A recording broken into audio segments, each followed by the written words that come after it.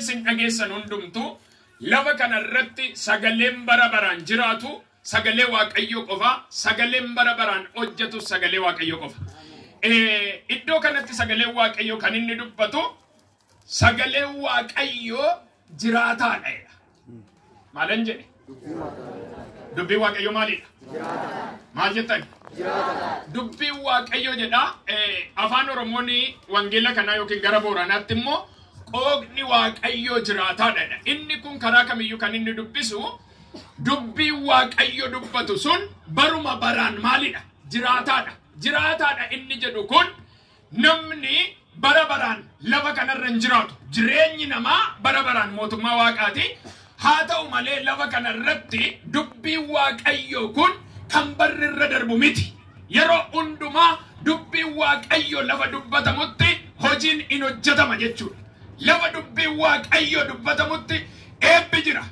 Lafa dubbii waaqayyo dubbatamu nagaan jira. Lafa dubbii waaqayyo dubbatamu milkaa'insi jira. Lafa dubbii waaqayyo dubbatamu galma ga'iinsi jira. Walumaa galatti dubbiin waaqayyo humna qaba.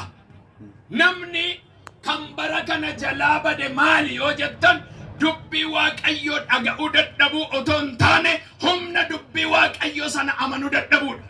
Kan waldaa kiristaanaa jalaa bade, kan biyya jalaa bade, kan mootota jalaa bade maalidha yoo jenne dubbii waaqayyo dhaga'uudhaaf dhaloonni bara kana hin fiiga. Lafa wangeelli lallabamutti, lafa dubbii waaqayyo dubbatamutti dhaloonni kamuu hin fiiga, hin dhaqa.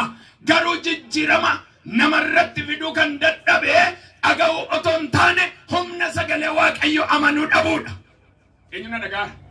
Erga keessan ol kaasaa. Olkaasa sirriitti giddii qabina waaqayyo duratti har'a galgalaa kaasee jedha.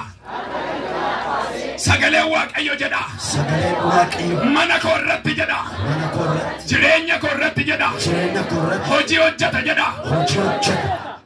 Sirriitti na dhagaa galgala kan. Waldaa kiristaanaa keessaa kan dhabame dubbii waaqayyotu lallabamuu dhabe miti. Dubbii waaqayyotu dubbatamuu dadhabe miti. Hammatu argitanii mucaan ola deemaan kuni ganaa oo argitanii jaan mucaa daa'ima. Humni inni dubbatu sun garuu humna hojii hojjetudha. Humna waa diiguu danda'udha. Humna waa buqqisuu danda'udha. Humna waa ijaaruu danda'udha. Humna waa malee walitti qabudha. Harka kaasisin eebbisa. Har'a galgalaa kaasee humni sagalee waaqayyo waan badeessaa. Amanaan jirtan harka kaasaa raaseketerre mehenemeya. Hafuurri waaqayyo akkas jedha galgala kana dubbii kooti waan bade nan ijaara jedheera. Humna dubbii kooti waan diigame nan deebisa jedheera. Humna dubbii kooti waan bade iddootti deebisa jedha Yesuus. Warra amantaa dubbii waaqayyo. Namni kan yeroo baay'ee bishooftutti biyya kana nannaa daddaduga sagalee waaqayyo baay'ee amantu. Harka ol kaasii waa dubbadhu har'a galgalaa kaaseedha. Har'a galgalaa kaasee. Inni na jalaa bade jedha. Inni na jalaa bade. Humna sagalee waaqayyootiin jedha. Humna sagalee waaqayyootiin. Deebi'ee naa gala jedha. Deebi'ee naa gala. Har'a sittanii manna gaddee kasarte yoo ta'e humna sagalee waaqayyoon deebitee ijaaramu. Kaasime harka sin eebbisa. Wanti si jalaa diigame galgala kana humna sagalee waaqayyootiin deebi'ee ka'a. Wanti ittiin saatanni si waraanaa jiru galgala kana humna sagalee waaqayyoon deebi'ee ka'a. Raasi nama sirraa raasi amma natti dhubeera raasi itti. Inni si jalaa diigame jedhin. Inni ittiin si ceephaan jedhin. Galgala kana jedhin. Innaa asii galtu jedhin. Ijaaramee argita jedhin. Namni galeef tokko hiixatee ameenaa jedhu dubbii kana.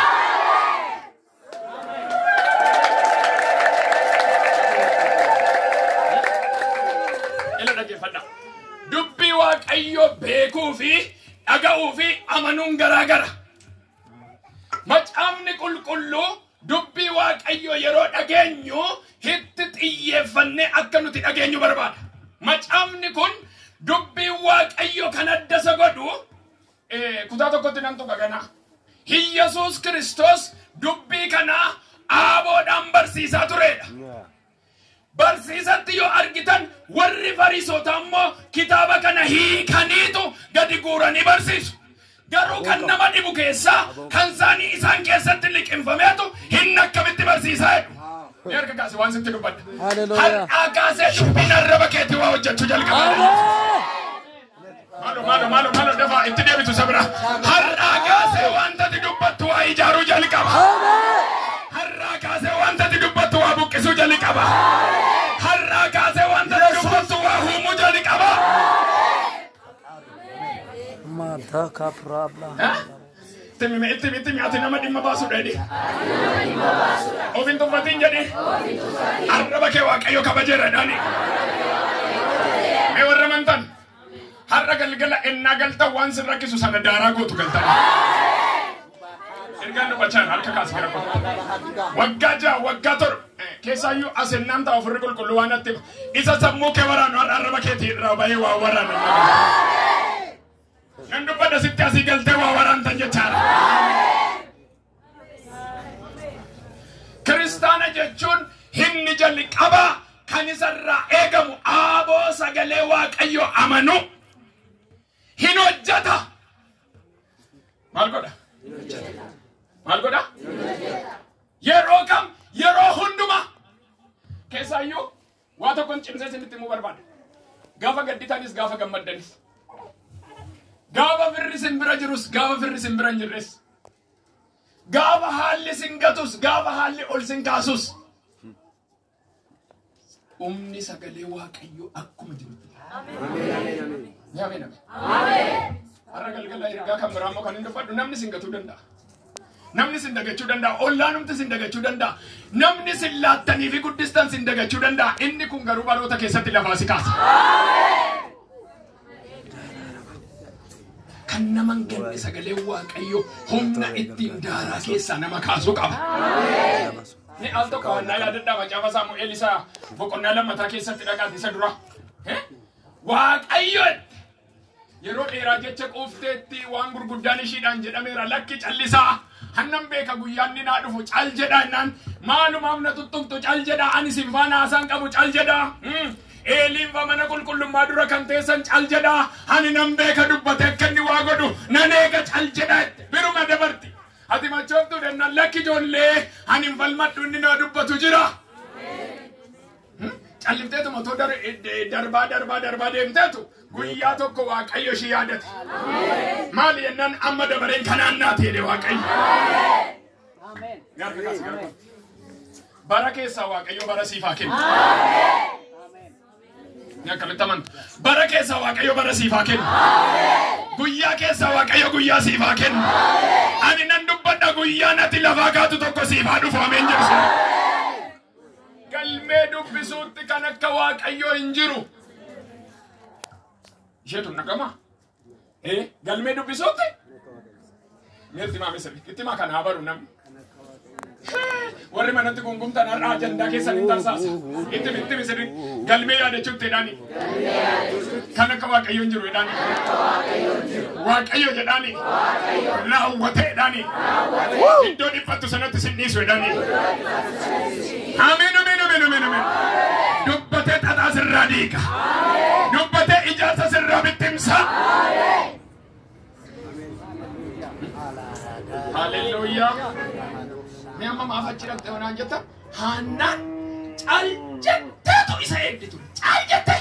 Naa dhufa guyyaa tokko jettee otoo eegdu akkuma dubbate ishiidhaa gaafa dhufu yaa jarana cal jedhan. Hamma ani dubbatee waa godhe nan arge bar jette. Amma namoonni baay'een nan dhaga'eettu miti. Mee harka kaasaa. Bara naa kaasee garuu nan arge jettee dubbatta. Ameen. Maaloo. Nan arge jettee dubbatta galii. Ameen. Harka kaasii mee gara kootti. Isa dubbatame jedha. Kan raawwachuu danda'u. Sagalee Waaqayyo jedha. Na keessa buufateera jedha. Warri sinii galee ameen jedha. Tokko dubbate namni waa baay'ee dubbate waa gochuu dadhaba. Nama tokko ammatoo teessisanii si'a meeqa dubbataa garuu waan fidu Waaqayyo garuu tokkitti dubbate. Har'a galgala kana waan dubbadha. Namni waa'ee keessa waan meeqa dubbatee kan hiikuu dadhabe har'a galgala garuu dubbatee waa jijjiira. Lallabaan jira. Har'a galgala dubbatee waa sirreessa. Har'a galgala dubbatee waa toora qabsiisa. Har'a galgala dubbatee isa diigame nan ijaara naan jedha warri qulqulluu. Ani Waaqayyo gaafa dubbatu waan baay'ee na ajaa'ibu kan namoonni 20-30 itti darbanii dabareedha. Keessa yaama guddaa keessa ta'uun sinii kaase gaafa dubbiin tokko cime isheetu nama jajjabaa waamaa jedhu. Nama jajjabaa nama dhagaamuu danda'u waamaa jedhu. Nama dhageetti gurraa sirriitti dhagaamu waamaa jedhu. Sanaan booda nama kana dura namni hin dhaabbatu jedhu numa dhaabbata hin dida. Garuu dhimma akkasii furmaata kan qabu tokko dubbatee isa ijaarame diiguu kan danda'u siifaa dhufu galgala kana. Siifaa dhufu galgala kana. Siifaa dhufu galgala kana. Afaan ta'een dubbadhaaf naan jedha furri qulqulluu nama baay'eedhaaf. Maal harka kaasaa waaqayyo naa dubbata jedha. Sagalummaa isaa dubbadha waaqayyo naa dubbata jedha.